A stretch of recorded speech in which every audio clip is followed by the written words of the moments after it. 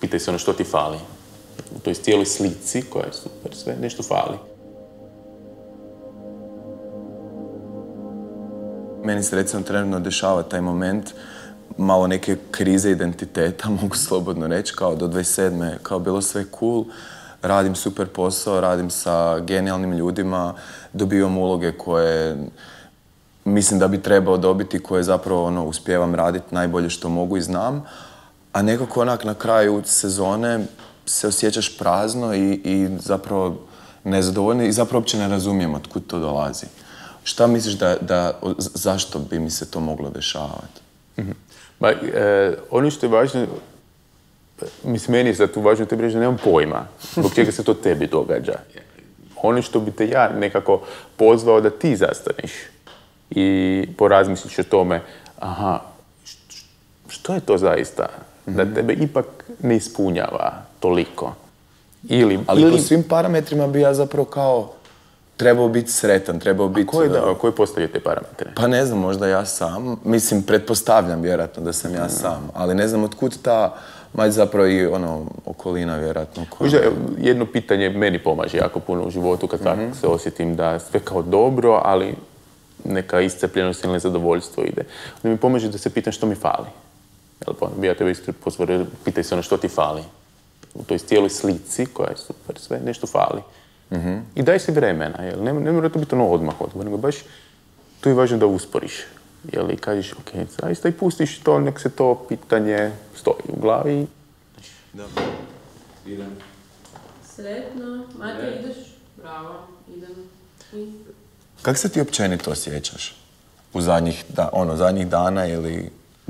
Da, ovo kažeš osjećam, najrazličitije, jeli, od uzbuđenja i sreće do tužnog nekog raspoloženja, frustracije, ovog osjećaja bespomoćnosti. Tako da zaista doživljam čitav spektar emocija i stanja. Generalno se osjećam dosta ispunjeno i posljedično se dogodi da razmišljam kako bi trebao smanjiti količinu posla koji radim, ali smijem se zato što sam svjesna da se smijem jer tako mi sve to super što radim. Ne mogu si pomoći, pa onda rezultat bude da možda ne spavam dovoljno i malo prije sam tu komentirao s kolegicom, kažem kako je to nezgodno kako sam roditelj i otkad sam postao roditelj da je konstantno kod mene prisutan taj osjećaj konflikta. Konflikt je kad sam tu, sad pričam, nešto radim, nisam kod kuće, nisam dovoljno s djecom. Kad sam s djecom i kad provodim vrijeme, prođe mi kroz glavu, hoću stići napisati ovo što sam trebao i hoću se pripremiti za slično. Znači, taj konflikt uvijek mi mučilo kako to staviti u balans. U stvari, i moja mentorica mi u jednom trenutku pomogla kad je rekla, tu nema rješenja. Nego samo, a rješenje, mislim, nema balansa, nego je biti prihvatiti. To je tajna u prihvaćanju. Prihvata da je to dio sad trenutno i bit će vjerojatno sljedeće razdoblje u mom životu, taj konflikt će biti sastavni dio mene. Znači, to sam ja. Tako da, povremeno se... Znači, ti zapravo kao terapeut isto ideš na terapiju? Da, naravno. Sad trenutno ne idem aktivno u terapiju, ali 5 godina sam išao redovno. Da, ja sam u terapiji sad, koliko je, 3 godine i zapravo sam krenuo iz nekog vlastitog životnog nekog stanja i točke neke u kojoj zapravo nisam više...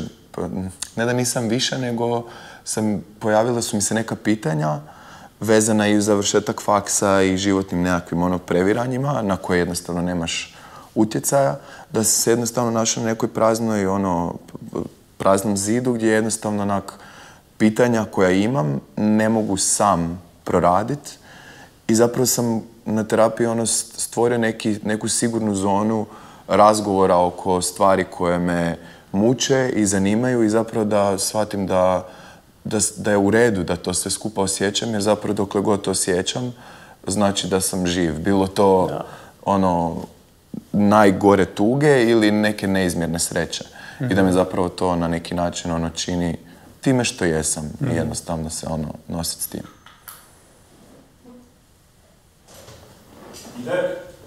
Kako je tebi bilo u školi? Ja sam bazično jako anksiozan. I sad u zadnje vrijeme sve češće čujem od ljudi, ono kao, uopće se ne vidi ili kao, to uopće ne možemo zamisliti da jeste. I onda sam shvatio, ja sam dosta u stvari se sprijateljio sa svojom anksioznosti. Nije da ona više nije tu ili da ne postoji, nego jednostavno toliko sam prihvatio da je to dio mene, tvoje. Da sad se više i ne primiti. Tako i škola. Škola je meni bila vrlo izazovno mjesto. Sve ova situacije ispitivanja, neke prezentacije, gdje te neko ocjenjuje, procjenjuje i slično, to mi je bilo jako, jako stresno. Ali zapravo ovo što govoriš da si prigrli ono svoju anksioznost, zapravo na neki čudan način kao da si prihvatio taj negativni dio sebe, ali da zapravo nisi postao anksioznost, odnosno da te ona ne blokira u nekim životnim stvarima i everyday, Da, ali upravo sam napravio da anksioznost nije negativni, bazično. Sad kad sam puno, ako nešto bavio se time i čitao i slično, onda sam neke stvari zapamtio i integrirao, prožvakao na svoj način. Pa mi se čini da jako pomaže shvatiti anksioznost kao adaptivni mehanizam. Jer bazično mi za svaki prepreku izazov trebamo uložiti energiju. Anksioznost je ništa drugo nego uzbuđenje. Tijelo pokrene da treba učiniti neki napor. Ako želite napraviti neki, preskočiti nešto, neku veliku udaljenost, morate se zaletiti, uložiti energiju. Tako je anksioznost. Nešto kad smo dogovarali ovaj razgovor, nešto mi je bilo onako uzbudljivo sad. Ili ja uopće znam nešto, što ću ja reći i slično. I osjetio sam tu anksioznost, ali kao pod ruku, moja prijateljica, sad ćemo mi to zajedno napraviti, jer to je zaista dio mene, ali mi je pomogla da se i fokusiram. Jer to je važno. Jer da mi nije uopće stalo i da nema, mislim, kad nema toga uzbuđenja, jer potpuno, onda smo mlaki, nemamo energiju i ne bi imamo energiju uopće izgovarati toliko rečenica. Zato je važno, meni je jako pomoglo ta drukčije gledanje anksioznost. Više ne zovem anksioznost, ili nešto volim, više preferiram ovo uzbuđenje. Ili ne zovem više tremom kod sebe, jer ne mogu reći da me blokira, nije da me zaustavi. Nego ja izađem, osjećam. Da.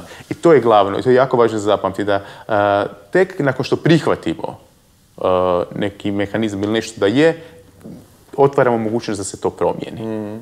Tako, ako neko negira da ima neki poteškoću ili problem, a to je često upravo zbog ove stigme iz mentalnog zdravlja, dok ne prihvati da ima problem, ne može ga ni promijeniti, jer neće se dogoditi promjena.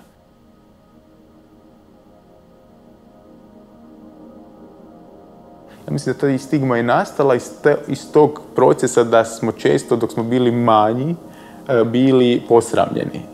Jer kad smo pokazivali ili ljutnju, ili tugu, ili kod dečki, ako se plaće, onda je bilo što plaćeš kod curica si, ili slično, pa te to naučiš da to nikako se ne radi, jer je to nešto sramljuće, nešto sramlje, što se ne, što je zabranjeno, bazično.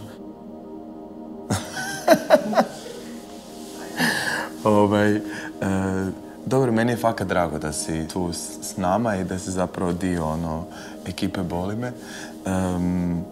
Nadam se da ti je bilo ugodno. Ja sam skužio po sebi da zapravo par zadnjih pitanja sam nekako totalno opušten. I to je to. Hvala tebi i što si pomogao da se ja isto opustim, jer ovo meni nije neko prirodna stanje ni situacija i neko koji sam osjećao tu odgovornost kao hoću li ja nešto tu reći pametno ili važno i relevantno drugima, ali mislim, nešto, vjerojatno nekom će to biti relevantno, sigurno će biti ljudi kojima će biti bez veze, pa sam se tako pomogne. To je okej, tako da mi je to okay. Pa ja ću tebe zagrlit sad. Da, to. Biće to dobro sve, bez brige. Dobro. Kava. Ko zna kuhat kave? Ja sam možda čak sjećam.